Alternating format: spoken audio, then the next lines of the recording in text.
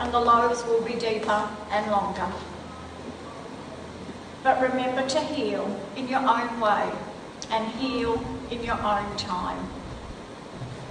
The boundaries which divide life from death are very difficult to judge. And who can say where one ends and where the other then begins? We are thinking now of those who were closest to Colin, and our thoughts are particularly with his loving wife Merle of 63 years. His children Helen and her partner Mark, his 4 brothers, all deceased, and their families. It is also important to remember the close bond that Colin shared as a loving pop to Jasmine. His caring ways will certainly be remembered by them all. And as well, we think of everyone, all of you that are here today, and all the other people who over the years have been important in Colin's life. The people he enjoyed having a chat with, and the people whose company that he always enjoyed. All of you are joined to Colin in some way, and he would be disappointed if you did not celebrate the fact that you were privileged and honoured to have known him. So today there will be happy thoughts, there will be sad thoughts, and many recollections.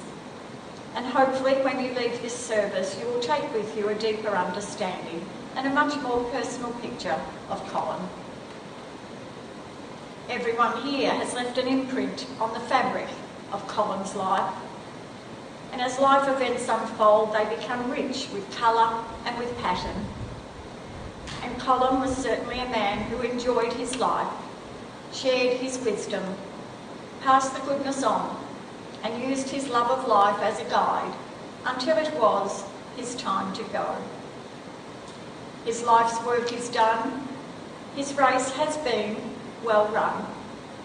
And in his honour, we will now share our first reading, chosen by the family and listed in your order of service. Always loving, thoughtful and kind. What beautiful memories you have left behind. You will never leave our hearts. With tears we saw you suffer.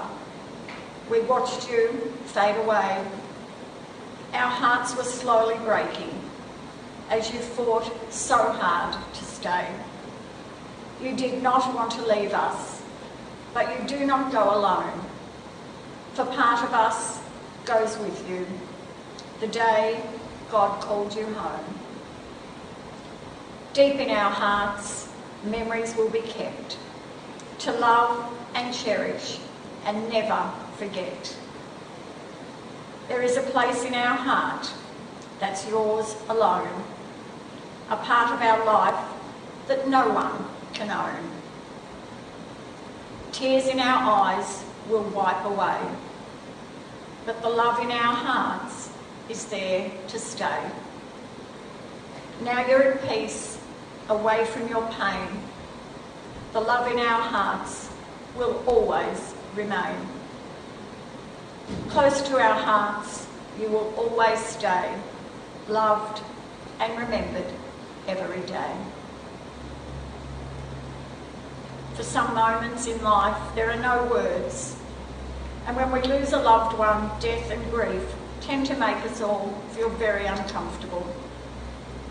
And although in a practical sense, Colin is now no longer part of your lives, death can be regarded as simply a shedding of the physical body, like the butterfly or the cicada, which sheds its cocoon or its outer shell, and a transition to a much higher state of consciousness.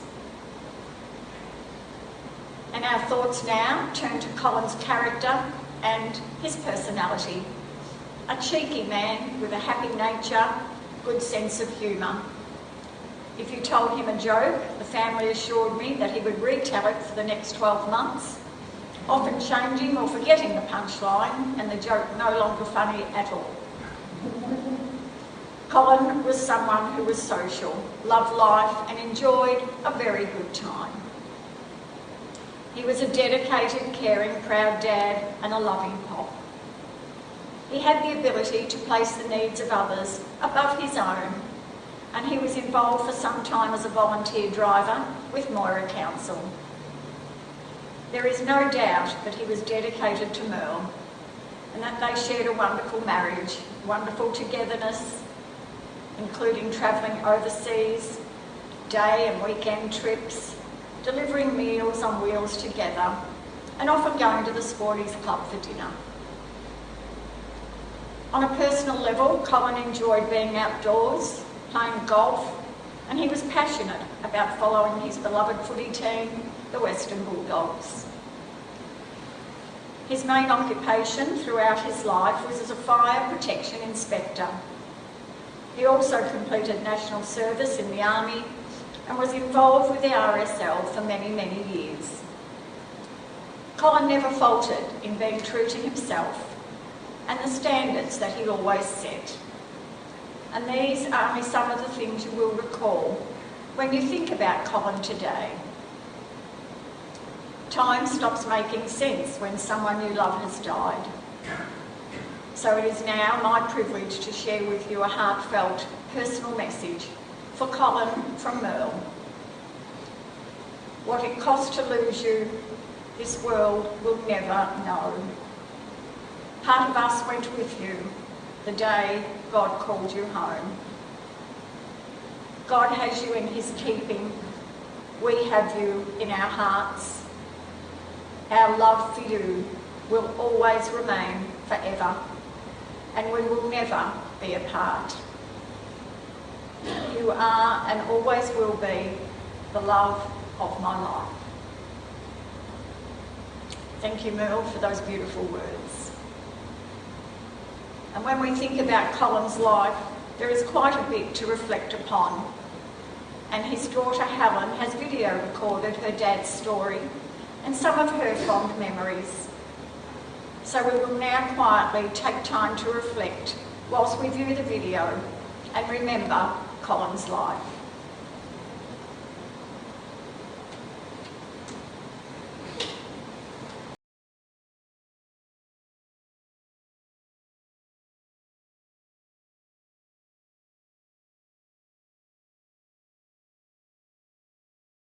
Colin James Lee, also known as Dad, Pa, and on the odd occasion, the old fella. Dad was born and raised in Footscray. He passionately followed the Bulldogs, as does his granddaughter Jessie, but we won't hold that against him. He was the youngest of 5 boys, Ken, Martin, Ron and Brian, all deceased. Dad's mother so wanted a girl. She had hoped that Dad was going to be a girl, but it wasn't meant to be. Although she did part his hair on the wrong side. Perhaps it's her way of making a statement. Or maybe that's why Dad was such an emotional person.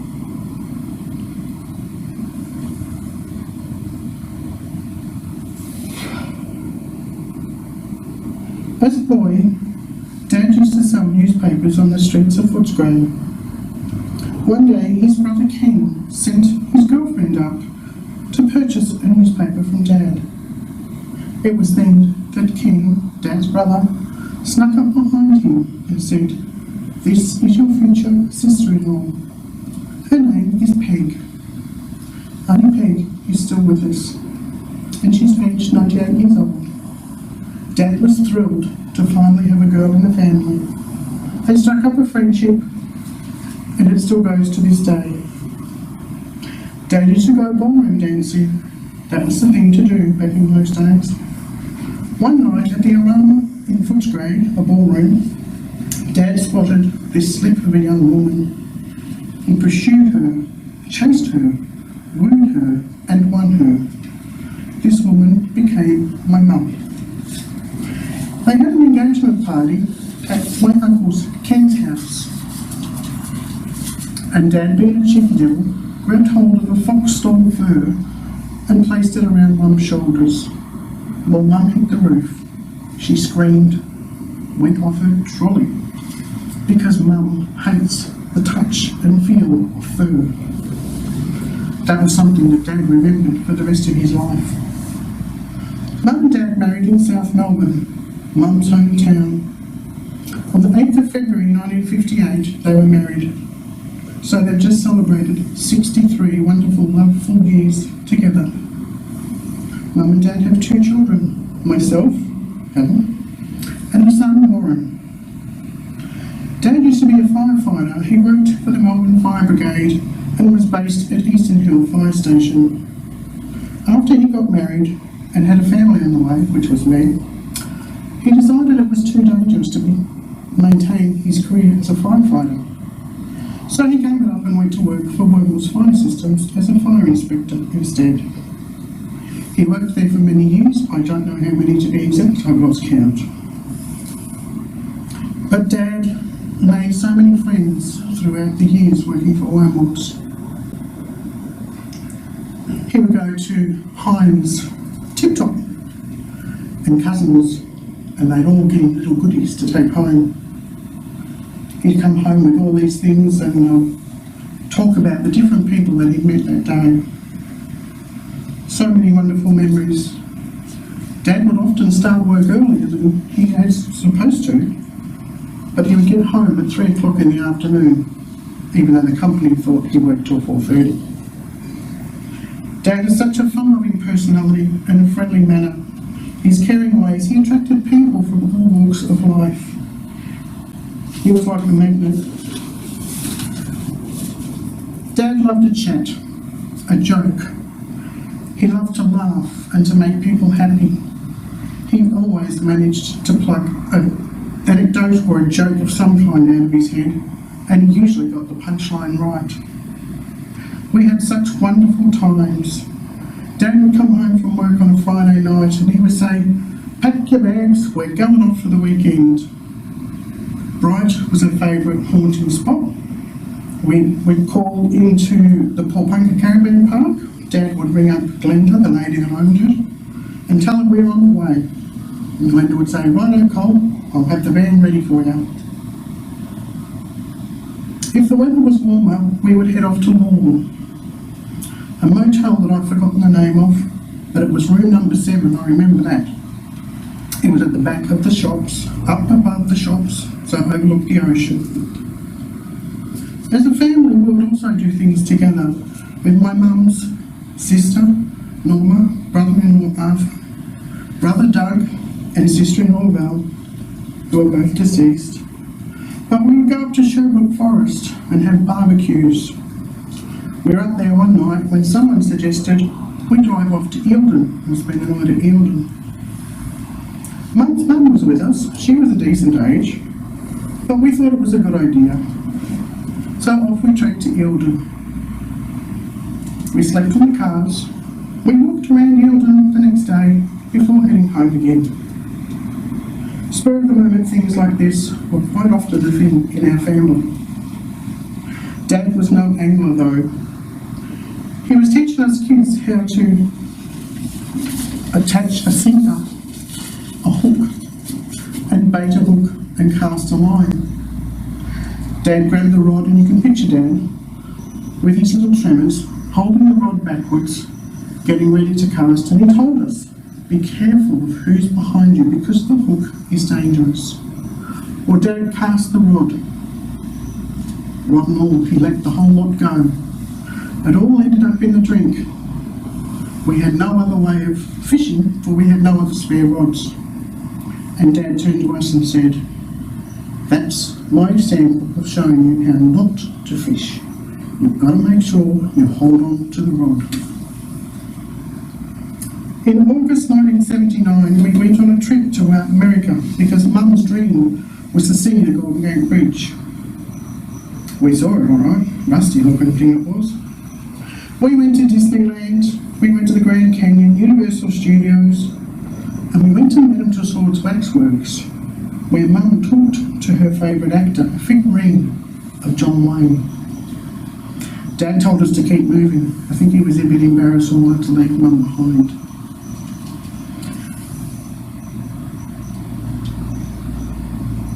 We had a stopover in Honolulu on the way home. We toured Pearl Harbor, learnt about the Arizona. We travelled around to the marketplace. We had gatherings with the group that we stayed with, and each night we would take a different person's room and get together and have a few drinks, a bit of a laugh.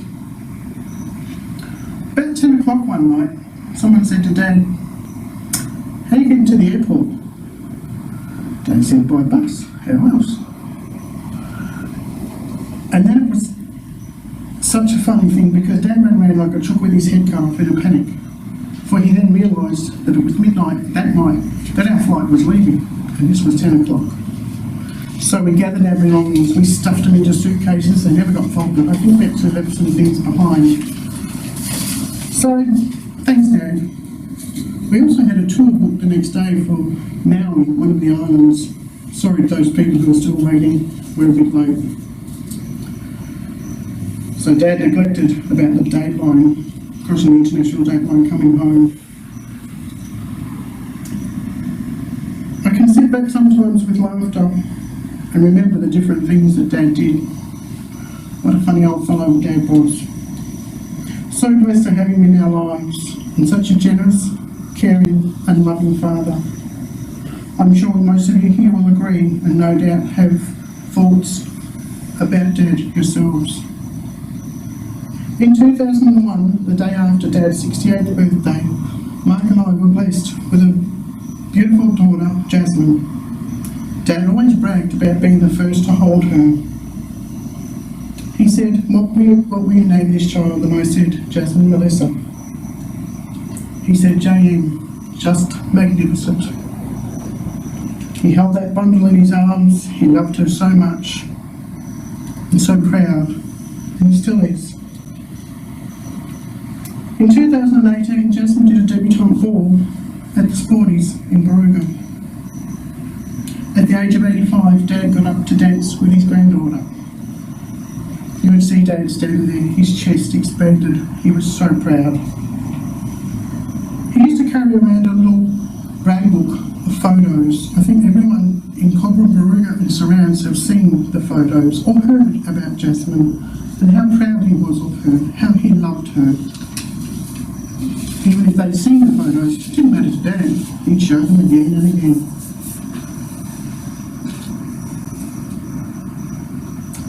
He loves you, Dad, as you love him. Dad kept his sense of humour, even when he was in the hospital, and asked if he was allergic to anything. Dad said, I certainly am. 45-year-old blondes.